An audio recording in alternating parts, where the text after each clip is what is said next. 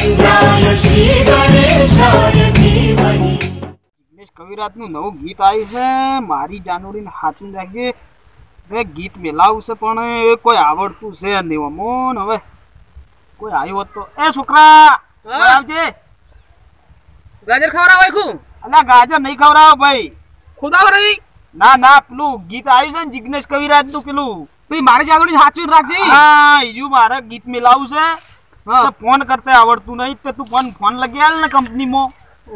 Koga તું મિલવાની એમ? ઓય એ જે પિન મેલવાની હોય ઈ.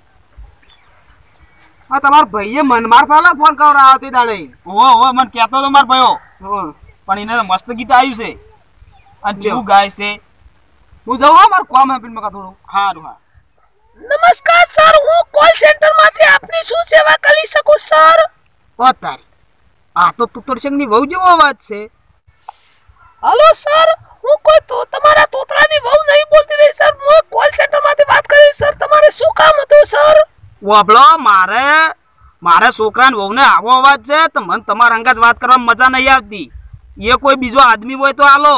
હા સર, હું મારા ઉચ્ચ અધિકારી સાથે તમારી વાત કરાવું ત્યાં સુધી તમે 2 મિનિટ માટે હોલ્ડ ઉપર રહેજો સર. પણ કોઈ વાતો તો નહીં હોલ્ડ ઉપર મને કોઈ થાય છે ને કે? ના સર, કોઈ વાંધો નહીં. ખાલી તમે ફોન ખોલી કોને મોડી રાખો સર. હું મારા ઉચ્ચ અધિકારીને આપું ત્યાં સુધી. આ ફોન તો કોને મોડેલો જ છે, તમે તાર હાલો. નમસ્કાર સરજી, અમારા કોલ સેન્ટર કેરમાં આપનું સ્વાગત છે. બસ હવે કોઈ તમારો પરિચય આલવાની જરૂર નહીં. મને ખબર છે કે તમે 62 વર્ષના એક ગયડા બુઢા ને યુવાન બોલો છો, જે અમે અમારા ગામમાં એને ડોહા કીસી ને એને વોઢો કીસી. તમારી વાત મને બધી ખબર છે. સર, તમે મારા વિશે આટલું બધું કેવી રીતે જાણો છો સર? હવે આ અઠવાડિયા પહેલા મારા ભાઈએ ફોન કર્યો તો, એ વાતે મને કીધી હતી ને આખા ગામમાં એ વાતો તો એને અમે બધા વોઢો જ કહે છે. હા સર, તમારી યાદગીરીને હું દિલથી સલામ કરું છું સર. અને ભાઈ તારી ડફોળાઈને હું દૂરથી સલામ કરું છું. સોરી સર, હવે તમારો પ્રોબ્લેમ શું હતો તે જણાવશો? શું કીધું સર? હું તમારી શું સેવા કરી શકું સર? અરે આ તો મારું બધું સેવાનું કેવા કે છે. હું શું કહું વાપલો? હા બોલો સર. બીએ એક તોબાનો ગોળો વેચી માર્યો, બરાબર? બરાબર. તે મારે ડોશી રિહાઈને જતી રહી છે, બરાબર? બરાબર. તે ઈ ગોળા માટે થઈને હવે તમારે એક ઠકણે જવાનું છે. લ્યો તાળી. સર, આમાં તાળી બાળી ના હોય, પણ મારે તમારો હું શું સેવા કરી શકું તે જણાવશો સર? હા, પણ હું તમે સેવાનું કીધું એટલે હું તમને સેવા કરવાનું જ કહું છું. તે ના હોય ને તો તમે ડોશી મારે. એટલે સરજી, હું સેવા તમારી શું કરી શકું તે જણાવશો સર? પણ મેં કીધું ને કે તમારે મારે ડોશી રહીને જતી રહી છે, તમારે તેડવા જવાનું છે.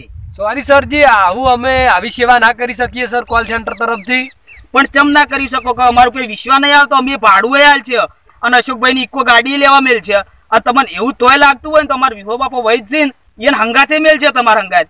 પણ સર સોરી, આવી સેવા અહીંયા કોલ સેન્ટરમાં ઉપલબ્ધ નથી. પણ વ્યવહારિક રીતે તમે જે બાબતે કોલ કરેલો છે એવું કોઈ કોલર ટ્યુન હોય તો તમે જણાવો, તો એવી સેવા અમે કરી શકીએ તમારી સર. બરાબર, હારું હાડો હારું. હા સર, એટલે કોલર ટ્યુન લગતું કોઈ કામકાજ હોય તો તમે જણાવો સર. ઓ મારે પેલું ગોણું નખાવું છે. પેલું જિગ્નેશ કવિરાજ નું આવ્યું છે ને કે મારી જોનુડી ને ભેળી રાખજે ને એવું કોક રહ્યું ને. ના સર, એના શબ્દો એવા નથી. પેલો ગુજરાત તરફથી ગીત ગાવામાં આવેલું છે જિગ્નેશ કવિરાજ નું, એર્યું જ ને સર? ઈર્યું. હા, એના શબ્દો કઈક એવી રીતે છે કે મારી જાનુડીને સાચવીને રાખજે. હા, એટલે સર જાણી શકું કે આવી કોલર ટ્યુન તમે શા માટે મુકાવા માંગો છો સર? એટલે તને કીધું તો ખરું ભાઈ, મારે ડોશી રહીને જતી રહી છે. તે કોક દાડો ફોન કરે તો એ વાપડે તેને સારું લાગે. બરાબર સર, એટલે હમણાં 1 મહિના પહેલા તમારા ભાઈના ફોન ની અંદર અમે વગર પૂછે કોલર ટ્યુન સેટ કરી દીધા. એમને લગભગ અડધો કલાક મારી સાથે વાત કરી, માથાકૂટ કરી, અને શું કહેતા તમારા ગુજરાતમાં પેલું માતા મૂકવાનું ને એવું બધું મને કહેતા હતા. અને આજ તમે પાછા સામેથી ફોન કરીને કોલર ટ્યુન મૂકવા માંગો છો, એટલે તમે તમારા ભાઈને પૂછેલું છે? ભાઈ મારા ભાઈને બધી રજા છે તો અમે બે ભાઈ ભેગા રહેશે ને તો હું કોઈ ના હોય. તો પછી એરિયા પાછળથી માતા મૂકશે તો હું બેલેન્સ રિટર્ન નહીં આપું સર. તમારે પૂછવું હોય તો પૂછી લેજો. એ હાર કોઈ માતા ના મેલું યાર. આ તો મારો ફોન હે, મારે કોલર ટ્યુન નખાવી છે ભાઈ. તો ઠીક છે સર, એટલે એમને એવું જણાવેલું હતું કે અમે 2 ભાઈઓ આખા ગામમાં એક જ જેવા છીએ અને આખા ગામમાં બધાને અમે ત્રાસ કરાવીએ છીએ. એટલે સર, હું તમારા ફોનની અંદર કોલર ટ્યુન સેટ કર્યા પહેલા મને એવો એક મોકો આપો કે તમારા ભાઈ સાથે વાત કરાવશો સર?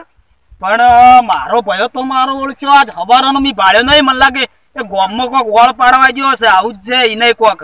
હા, એટલે સર એમને એ માતાઓની બીક આપે છે એટલે મને પણ બીક લાગે છે. એટલે સર તમે એમની સંમતિથી જ મુકાવો છો ને આ કોલર ટ્યુન? હા હા, પણ એ ભાઈ માતા તમે જો આ બારા કોઈ ડકોળો ના કરતા ને કે ઈ તમને પુપેર પાઈ મારા ફોન માંથી માતા મિલશે.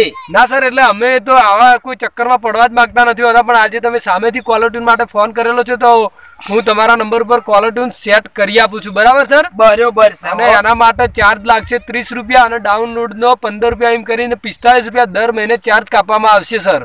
પણ મારે તો ડાઉનલોડ નહીં કરવાનું આવતું. એટલે સર ડાઉનલોડિંગ ચાર્જ અમારા અહીંથી જ લાગશે અને અમે તમારા જે નંબર પર સેટ કરીશું ને એનો ચાર્જ લાગશે, અને જે સામેવાળી વ્યક્તિ ફોન કરશે તો એ તમારું કોલર ટ્યુન સાંભળી શકશે.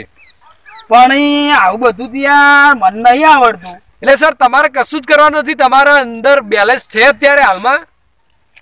બેલેન્સ તો હોત તો તમને શું લેવા ફોન કરો, બેલેન્સ તો છે જ નહીં. હલો. હા સર, તમારું નામ જાણી શકું? નારસંગજી. શું કીધું સર? નારસંગજી. સંઘજી? સંઘજી ને નારસંગજી. સંઘજી? અરે તમારા કોનામાં કુકડા પાડી જાય શું સર? અરે સર પણ હા, નારસંગજી. હા બરાબર, તો તમારું ખાતું હું ખોલી અને બાકી બાત લખી દઉં છું કે 45 રૂપિયા બાકી છે તમારા, અને કોલર ટ્યુન સેટ કરી દઉં છું તમારા નંબર પર, બરાબર સર? પણ સાહેબ થોડાક વ્યાજબી લેજો કન. 45 રૂપિયા સર વ્યાજબી? આ તો કોઈ શાકભાજીનો ધંધો નથી સર, દરેક કંપનીમાં 45 રૂપિયા કાપવામાં આવશે. પણ એમાં મારે શું ફાયદો યાર, થોડાક વ્યાજબી લ્યો. આ તો કોઈ મન નહીં સંભળાવવાનું. ફાયદો સર તમારા પર જે ફોન કરશે એ વ્યક્તિ સાંભળી શકશે તમારો આ રિંગ કોલર ટ્યુન. પણ તમે થોડોક વ્યાજબી બોલો ને. વ્યાજબી સર, આ શાકભાજીનો ધંધો નથી. અને હવે હું કોલ મૂકું સર. હા, તો આશા રાખું છું કે મેં જે માહિતી આપી એમાં તમને પૂરેપૂરી સચોટ માહિતી મળી ગઈ હશે. હા બરાબર. હો તમારો ઓકે સરજી, તો તમારી કોલર ટ્યુન અડધો કલાકની અંદર ચાલુ થઈ જશે. ઓકે એ હારું હારું. હો ઓકે, તમારો દિવસ શુભ રહે. હા ભલે ભલે, શુભ છે જ મારો દિવસ તો.